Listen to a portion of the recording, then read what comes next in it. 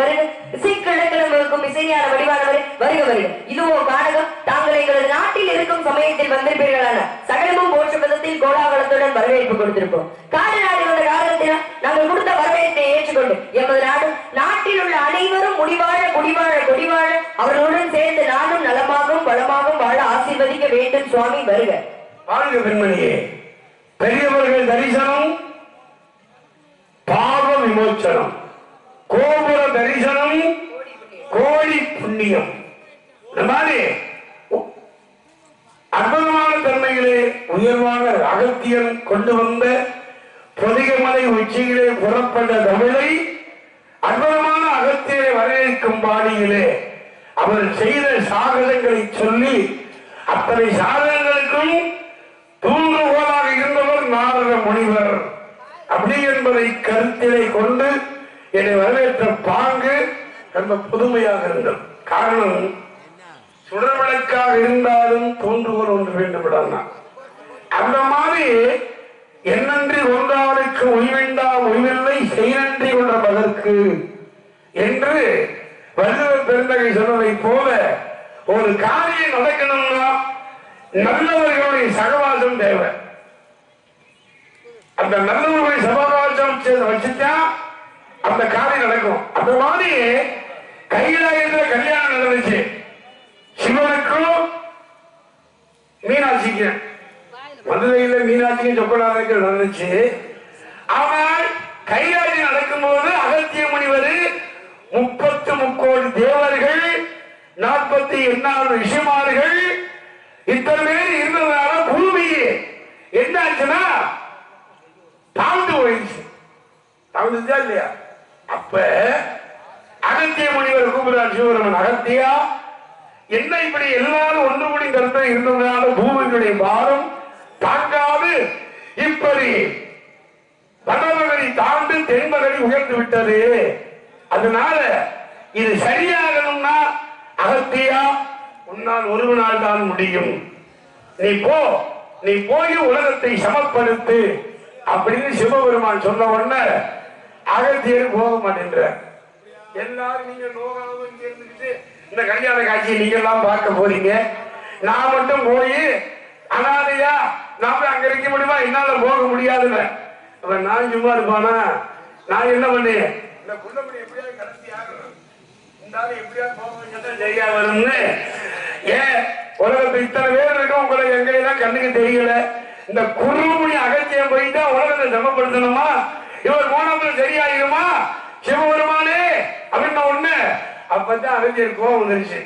நாரதர் நம்மளை பார்த்து இப்படி சொல்லிட்டாரு, டேய் நாரதா, நான் போய் இந்த உலகத்தை சமப்படுத்துவேன்னு இவர் கிளம்பிட்டார். கடைசியில் அவர் போனார்ல, உலகம் சமநிலை பெற வேண்டும், உயர்வு தாழ்வில்லா நிலை வேண்டும்,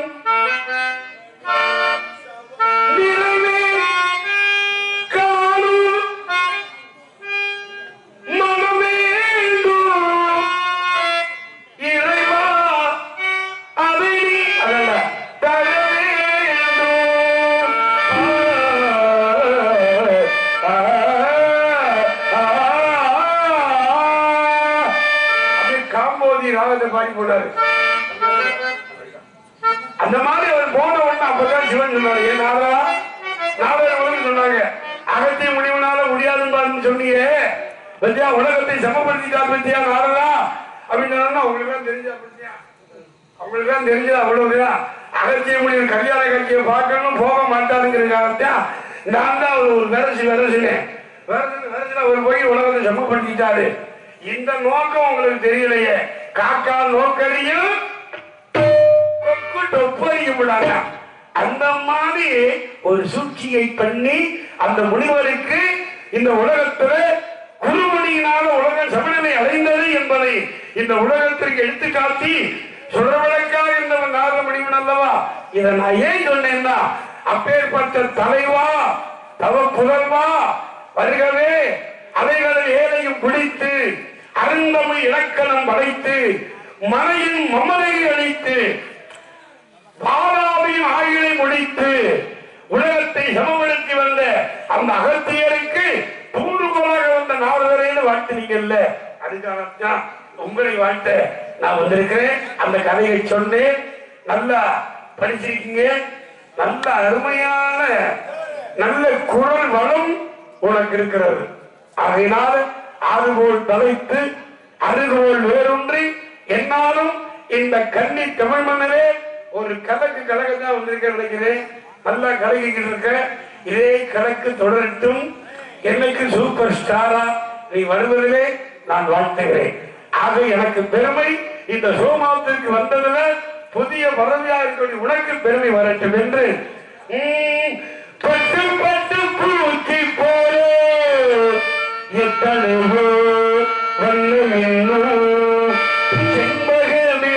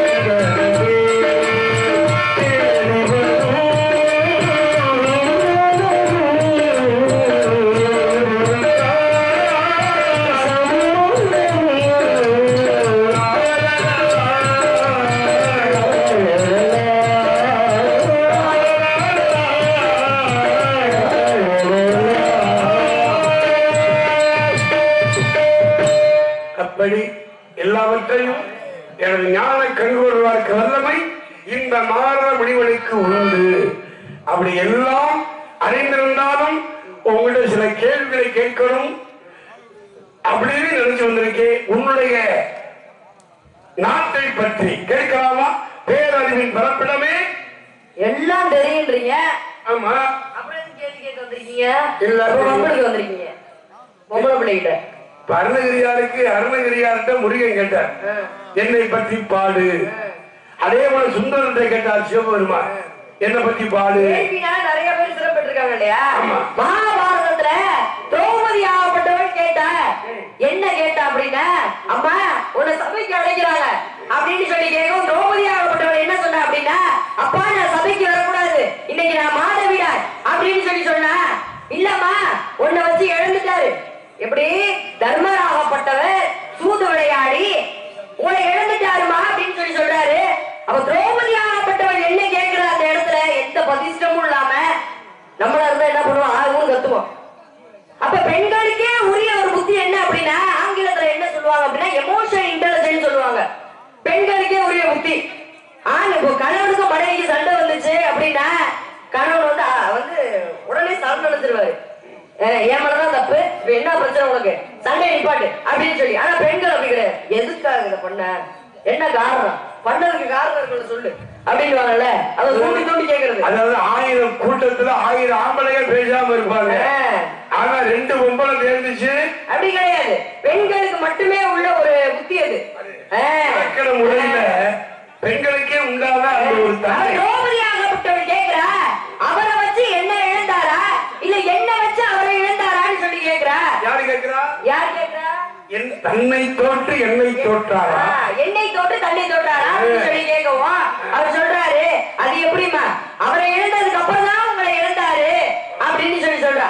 அவ என்ன கேக்குறா அப்படின்னா, அவனையே இழந்துட்டா என்ன வச்சு சூது ஆடுறதுக்கு அவனுக்கு என்ன உரிமை இருக்கு அப்படின்னு சொல்லி கேக்குறா இல்லையா?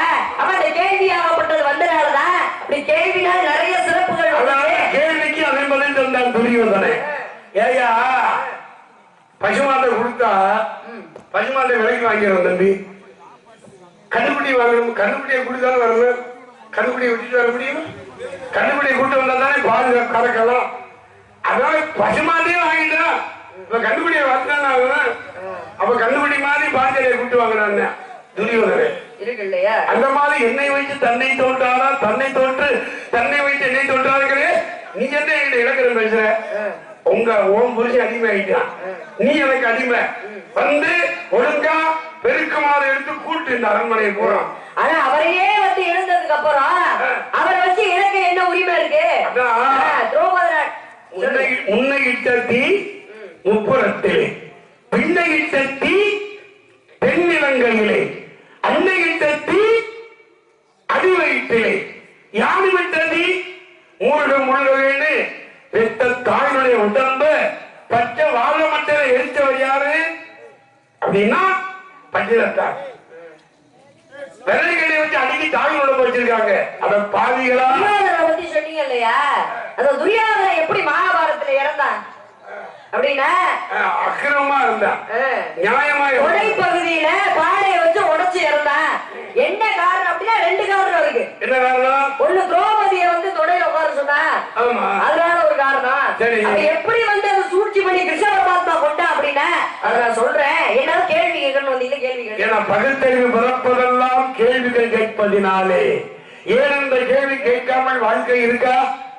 குடும்பத்துல புரிஞ்சு 1500 ரூபாய் சம்பளம் வாங்கிட்டு போய் 1000 ரூபாய் செலவழிச்சு 500 ரூபாய் கொடுத்தா பொண்டாட்டி பொண்டாட்டி பொண்டாட்டி கேட்பாள்ல. சாமியார் மாதிரியே பேசுறீங்க.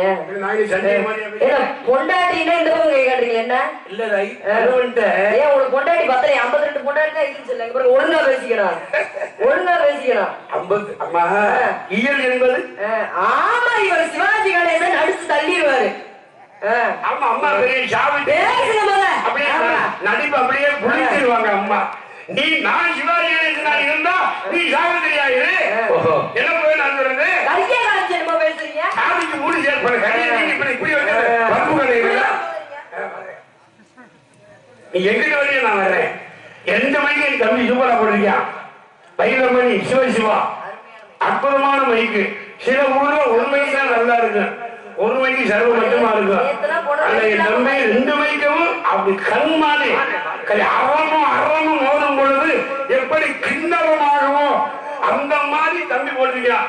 அதான் கேளுங்கள் தரப்படும், கலைவாணிக்கு வாய்த்தது வெண்தட்டு, சக்திக்கு வாய்த்தது செந்தட்டு, லட்சுமிக்கு வாய்த்தது பொன்தட்டு, மீனாட்சிக்கு வாய்த்தது. வந்ததுல இருந்தே மீனாட்சி மீனாட்சின்றீங்களா என்ன? எனக்கு மீனாட்சினா கொள்ள ஆசை. அவருக்கு முருகன், சொல்லுக்கு அகத்தியன், பாட்டுக்கு நாரதன். என்ன பாட்டுக்கு நாரதன்? எங்க பாடுறீங்க? என்ன பாடுறீங்க? என்ன பாடு? நாரதன்றீங்க. உனக்கு என்ன பாடணும்? உனக்கு என்ன பாடணும்? நான் வந்து உங்களை கேட்கல. நாரதர் வந்து முதல்ல பாட்டு இடம் இது. மலையமார்க்கம் என்ற ராகத்தை பாடி மழை வரல. அப்ப மழை வரணும்னா என்ன ராகம் பாடணும் அப்படின்னா அமிர்த வருஷனிங்கிற ராகம் பாடுனா அமிர்த வருஷனிங்கிற ராகம் பாடி மழை வர வச்சது இந்த நாரதன். அதே போல மலையமார்க்கம் என்ற ராகத்தை பாடி மலையை உருக்கியவன் இந்த நாரதன். தெரியுமா உனக்கு? மற்ற நாரதன் இல்லைன்னா பேசுவாங்க, நாம் பாடுனா நீயே உருகி என்கிட்ட வந்துடுவேன். தெரியுமா? எல்லாரும் அப்படித்தான் உட்கார்ந்துருக்காங்க. வருஷமா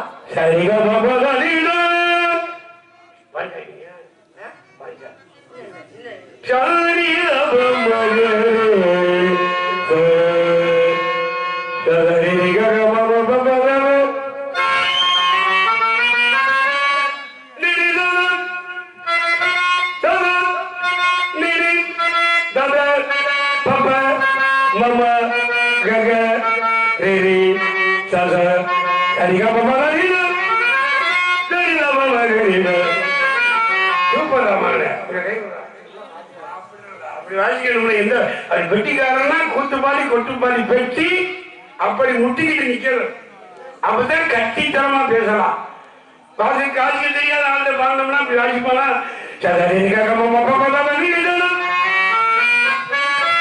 அந்தி வரும் நேரம்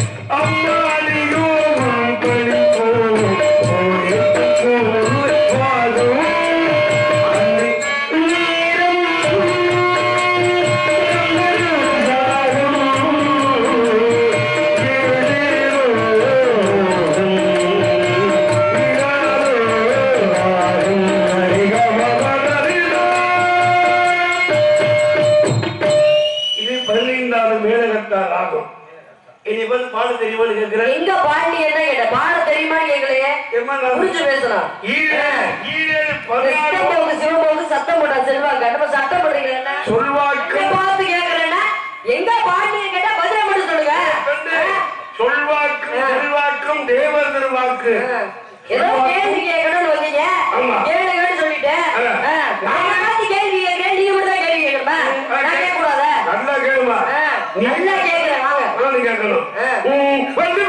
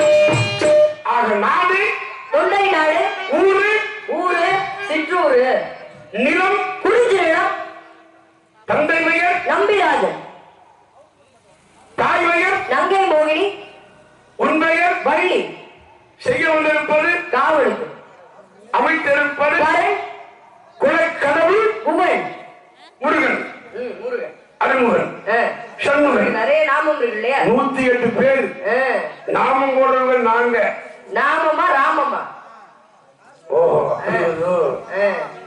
நாமங்கிறது பேரு ராமங்கிறது நீங்க போட்டுருங்க இருக்கு இல்லையா? ஆமா அதிகம் ஒண்ணு ஒண்ணுதானே நம்ம 2 பேரும் ஒண்ணுது. அதனாலதான் அகத்தியர் பட்டம் உங்களுக்கு இருக்கு இல்லையா? ஆமா ஏன்னா இல்லாமல் பிறக்குமா அல்லாம குறையுமா?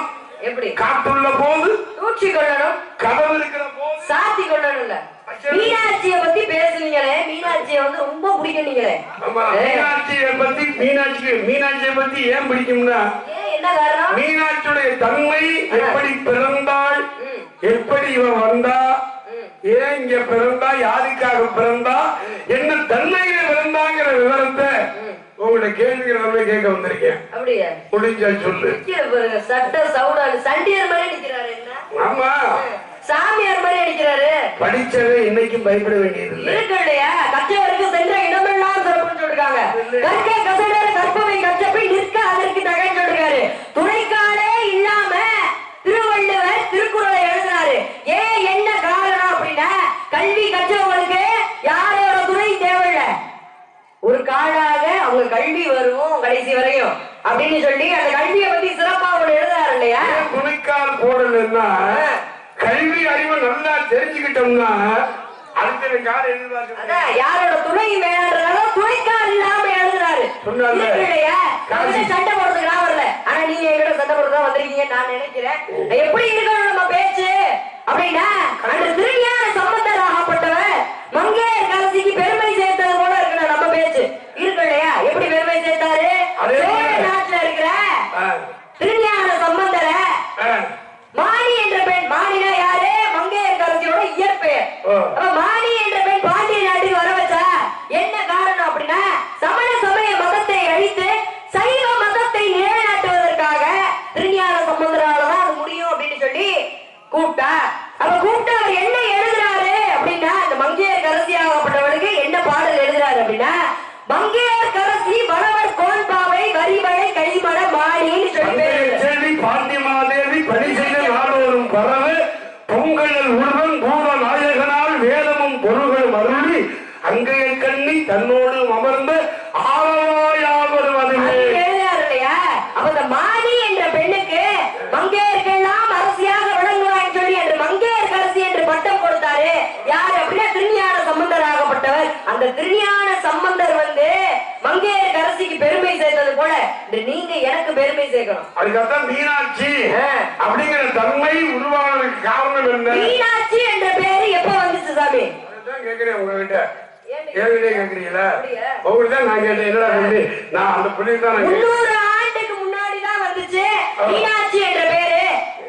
எனக்கு தெரியாது, உனக்கு தெரியுமா? எனக்கு தெரியுமா? நீங்க என்ன என்ன என்ன இது பண்றீங்க? அதான் கேள்வி. தெரியாம வருமா? அதான் கேள்வி. முதல்ல சரி, மீனாட்சி என்னென்ன பேர் இருக்கு சொல்லுங்க. தாயே தடாதகை பிராட்டி, அங்கையர் கண்ணி, கடம்பவள தரசி, வளவர்கோன் பாய்வை, சொக்கநாதருடைய மனைவி, அதே போல விஷாலாட்சி. முதல்ல இருந்த பேர் என்ன மீனாட்சிக்கு மதுரையில அப்படின்னா தெரியுமா? எல்லாம் உங்களுக்கு தெரியாம இருக்குமா? கதையை உருவாக்குனதே நீங்க தானே. திருக்காம கோட்டை ஆளுடை நாச்சியார் சொல்லிட மீனாட்சியோட முதல்ல பேரு இருக்குல்ல. உங்களுக்கு தெரியாதா? ஏதோ உங்க அளவுக்கு தெரியலனாலும் எனக்கு ஏதோ ஒரு அளவுக்கு தெரியும். இருக்கு இல்லையா? மீனாட்சி அம்மன் கோயில சிறப்பை பத்தி சொல்லிக்கிட்டே போலாம். ஏன்னா 1702ஆம் ஆண்டுல ஓசோன் படலம் இருக்கு இல்லையா? அந்த படலத்துல ஓட்டை விழுந்துச்சு. ஆனா 13ஆம் நூற்றாண்டுல கட்டப்பட்ட மீனாட்சி அம்மன் கோயில்ல அந்த ஓட்டையோட வரைஞ்சு வச்சிருக்காங்க அந்த ஓசோன் படலத்தை. இருக்குல்ல, அந்த சிறப்பும் மதுரையில இருக்கு. இந்த முக்கூரி பிள்ளையார் சொல்லி 108 பிள்ளையார் இருக்கிற ஒரே தலம் என்ன அப்படின்னா மீனாட்சி அம்மன் கோயில் மட்டும்தான். இப்ப விநாயகரே இல்லாத கோயில் எது அப்படின்னா தஞ்சை பெரிய கோயில்ல விநாயகரே கிடையாது. தஞ்சை பிரகதீஸ்வரர் கோயில், அங்க வந்து பிள்ளையாரே கிடையாது. மீனாட்சி மாதிரியே பச்சை நிறத்துல மதுரையில ஒரு தீர்க்கா. அதே போல பிரகதீஸ்வரர் கோயிலுக்கு என்ன மகிமை தெரியுமா தம்பி?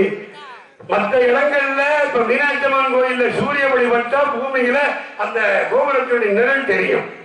ஆனா தஞ்சை பிரகதீஸ்வரர் கோயில்ல சூரிய வழிபட்டாலும் நிழல் பூமியில தெரியாத அளவுக்கு வடிவமைத்திருப்பார் ராஜராஜ சோழனாகப்பட்ட அந்த சோழரா.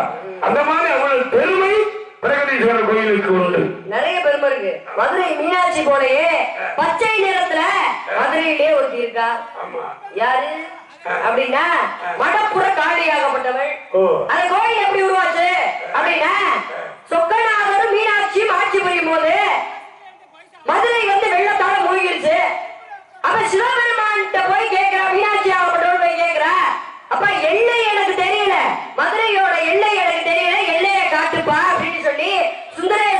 போய் கேட்க அவர் என்ன பண்றாரு அப்படின்னா ஆதிசேஷன் என்ற பாம்பை எல்லையை காட்ட சொல்றாரு. அப்ப 4 புறமும் எல்லையை காட்டுது. அப்ப 4 புறமும் என்னென்ன எல்லை அப்படின்னா ஒன்று வந்து மடப்புறம், படமும் புறமும் இணைந்தனால படப்புறம் சொல்லிதான் பேரு. அது காலப்போக்குல மடப்புறம் சொல்லி மாறுச்சு.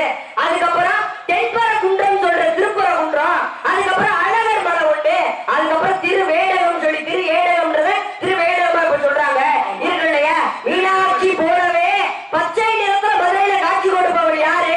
அக்னி கிரீடத்தோட அப்படின்னா அது மடப்புற காடியாகப்பட்டவள். மதுரைக்கும் சிறப்பு இருக்கு, மீனாட்சிக்கு அதை விட சிறப்பு இருக்கு. அதே போல அம்மா சொக்கநாதருக்கு அதை விட சிறப்பு இருக்குல்ல. என்ன சிறப்பு? 64 ஆயக்கலைகளை புரிஞ்சவர், 63 திருவிளையாடலை மதுரையில புரிஞ்சாரு. அப்ப சிவனுக்காக மண் சுமந்தார், வளையல் விற்றார், பிச்சைக்கு மண் சுமந்தார், வளையல் விற்றார், பெரும்பால் அடி வாங்கினார், வளையல் செட்டியராக வந்தார், நாளைக்கு உச்சி கொடுத்தார், பன்றி குட்டிகளை மந்திரிகளாக்கினார்.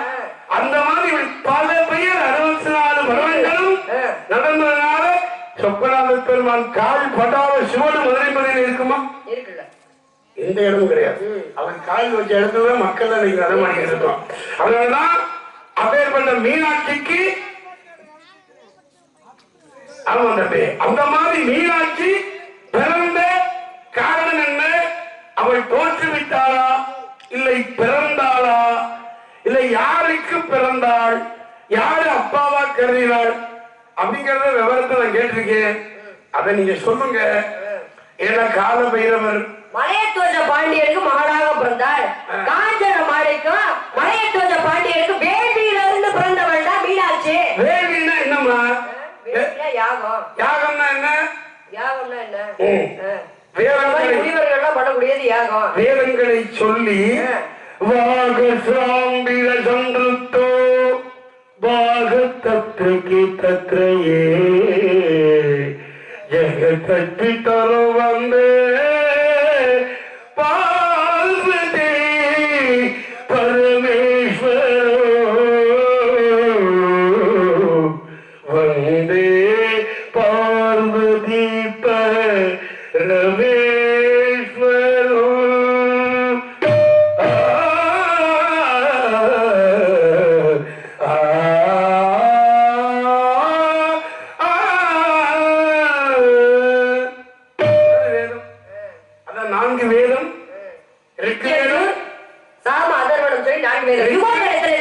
யுகங்கள் 4. என்னென்ன யுகம்? திரேதாயுகம், கிரேதாயுகம், துவாபராயுகம், கலியுகம். திரேதாயுகத்துல என்ன நடந்துச்சு? திரேதாயுகத்துல ஹரிச்சந்திரனுடைய சரிதை நடந்தது. கிரேதாயுகத்திலே ராமாயணத்தின் சரிதை நடந்தது. துவாபரயுகத்திலே மகாபாரதத்தின் சரிதை நடந்தது.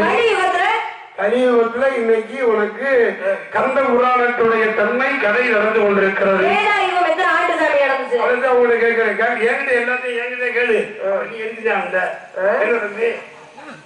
கிரேதாயுகம் கணக்கு என்னமா நீ சொல்லுமா? 17,28,000. நல்லா படிச்சு நல்லா புரட்டும் போல புரட்டக்கூடிய பருவம் தான் இந்த பருவம். இந்த பருவத்துல புரட்டாம ஏண்டா தம்பி இடைப்பட்டி கண்ணா, இந்த வயதுலதான் நல்ல மண்டையில அறிவு நுழையக்கூடிய பருவம். கிரேதாயுகம் 17,28,000, திரேதாயுகத்துல 12,96,000, துவாபரயுகத்துல 8,64,000, கலியுகத்துல வந்து 4,32,000, மொத்தம் சேர்த்து 43,20,000. கணக்கு பிள்ளை வகையிலே பிணக்கில்லாம சொன்ன பாரு. கைதுப்பா, அருமை அருமை. நல்ல படிப்பு நல்ல படிப்பு. உன்னை வைக்கிற ஒரு சாயல்ல ஆவங்கம்மா எங்க ஆத்தா அபிராமி மாதிரியே இருக்கியம்மா. அவங்க அபிராமி அந்த சாயல் அப்படியே இருக்குல்ல. பரவாயில்ல. மதுரை மீனாட்சி நல்ல கலை நல்ல அறிவு நுட்பம். அவன் சொன்னால தொட்டடைத்தூர் முறக்கே மாந்தருக்கு கற்றடைத்தூர் அறிவுங்கிற மாதிரி 5 விளையாதது விளையும் பயிர் ஒளியில் தெரியும்னா அந்த மாதிரி.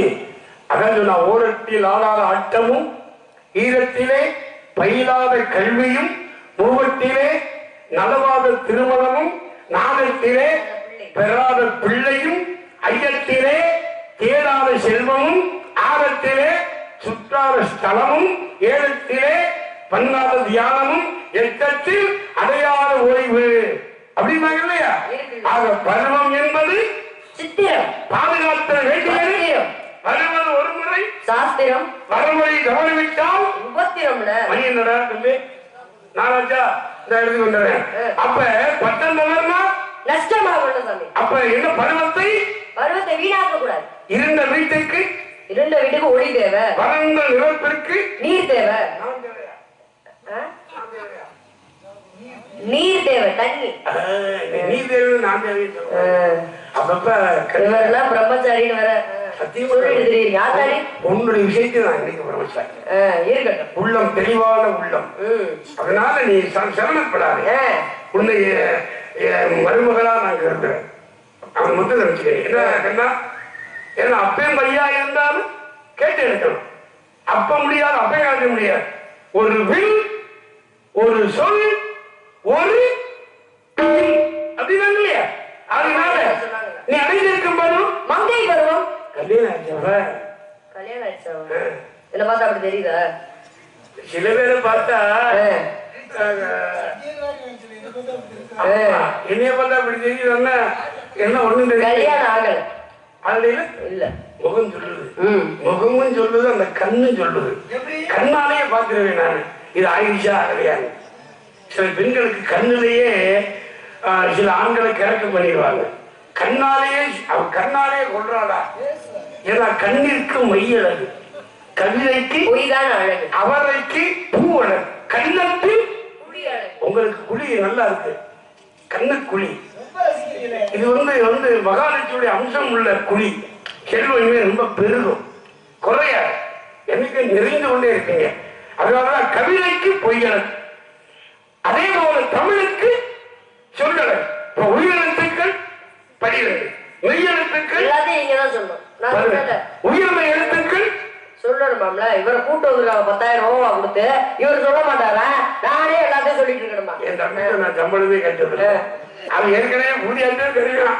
அதை பத்தி நான் கவலைப்படுறதே கிடையாது.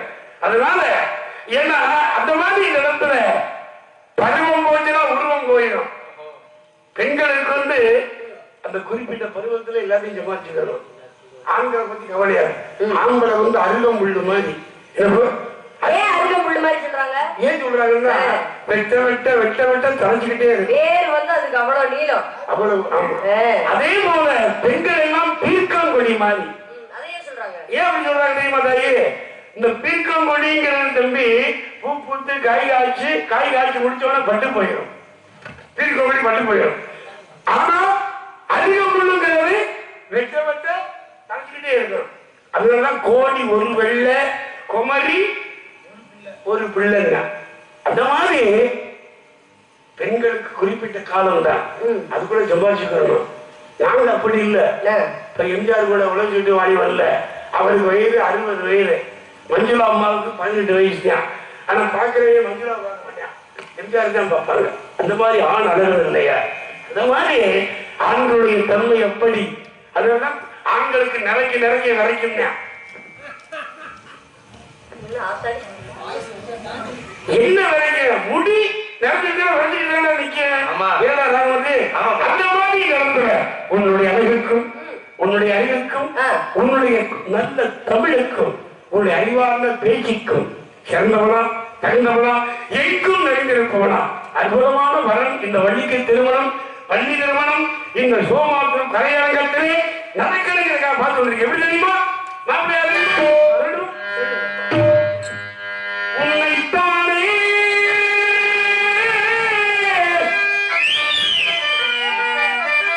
தங்கமென்று நம்பி வந்தே மானே,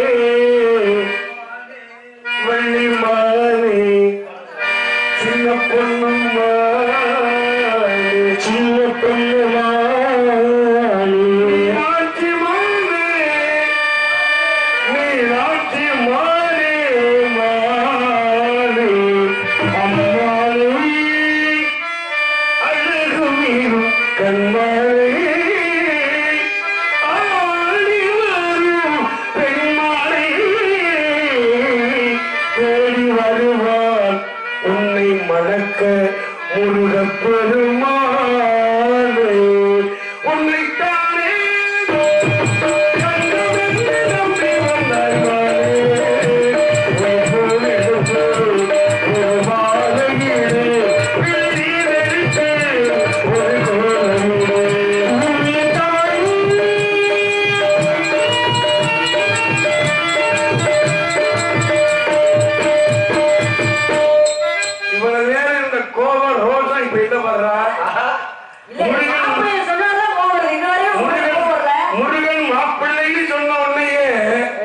பாத்தீங்களா நீங்க முருகன் மாப்பிள்ளை. முருகனையா மாப்பிள்ளை எனக்கு முருகரை பிடிக்கல செந்தில் வாழும் முருகனையா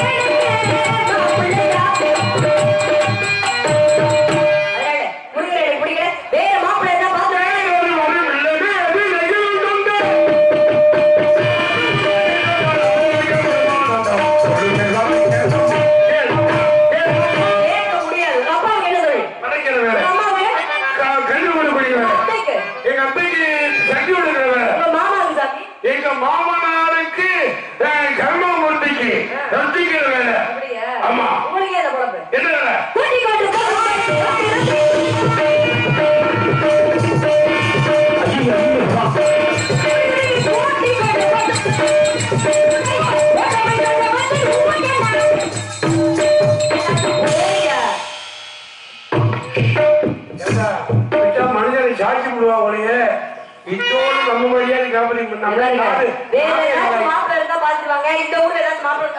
உனக்கு ஒரு கும்பிடு உன் கோயிலுக்கு ஒரு கும்பிடு உங்ககிட்ட இனிமே நம்மளால ஏன்னா இளமையின் துடிப்பு ஆமா ரொம்ப கிளம்பிடுச்சு இத்தோட முருகனை தள்ளி விட்டுட்டோம்னா நமக்கு மரியாதை இளமை ஒண்ணு தாயை பார்த்து பெண் எடுக்கணும் தரத்தை பார்த்து வரவிடணும் நிலத்தை பார்த்து பயிரிடணும் நேரத்தை பார்த்து முடிவெடுக்கணுமா இல்லையா அந்த நேரத்தின் தன்மை அறிந்து ஏன் பெண்ணே ஏ ராமமூர்த்தி மகனே ஏ ரேவதி கண்ணா என் தாமபோத என் சின்ன மகனே ஏ தம்பி இந்த பிள்ளைய இத்தோட விட்டுட்டு போயிடக்கூடாது விடலாமா இன்னைக்கு சோமாத்தூர் மேடைகள உனக்கும் முருகனுக்கும் இந்த ஊர் மக்கள் அறிய நானே உன்னின்று தாலியை எடுத்து நானே உன் கழுத்துல முருகனை கண்டை சொல்றேன் முருகனை கண்டை சொல்றேன் இல்லையா நான் நாகனம் அல்ல முடிச்சு அல்ல விட்டா உங்களையும் அடிச்சு விடுவா போல இருக்கு. மரியாதை காப்பாற்றிக்கணும். இது சத்தியம், இது சத்தியம். இருக்கட்டும். அண்ணே, நீங்க எல்லாம் என்ன நினைச்சீங்க? என்ன அவரை முருகரை பிடிக்கலன்னு நினைச்சீங்களா? அப்ப சாமி அடிச்சு சண்டை ஓட்டீங்க. அப்ப முருகன் இப்படி பிடிக்கல. அடிச்சு பத்தினாதான் கோபமா போய் முருகர்கிட்ட சொல்லுவார். சரி. சுவாமி வந்து சீக்கிரம் என்னை ஆட்கொண்டு போவார் அப்படின்னு சொல்லி அவருடைய பாதார விந்தத்தை வெகு சீக்கிரம் அடைவே இப்படி ஒரு நாடகம் நடத்துறேன். அதனால சாமி வந்து சீக்கிரம் என்னை ஆட்கொண்டு போக வேண்டும் என்று காத்து கொண்டிருக்கேன்.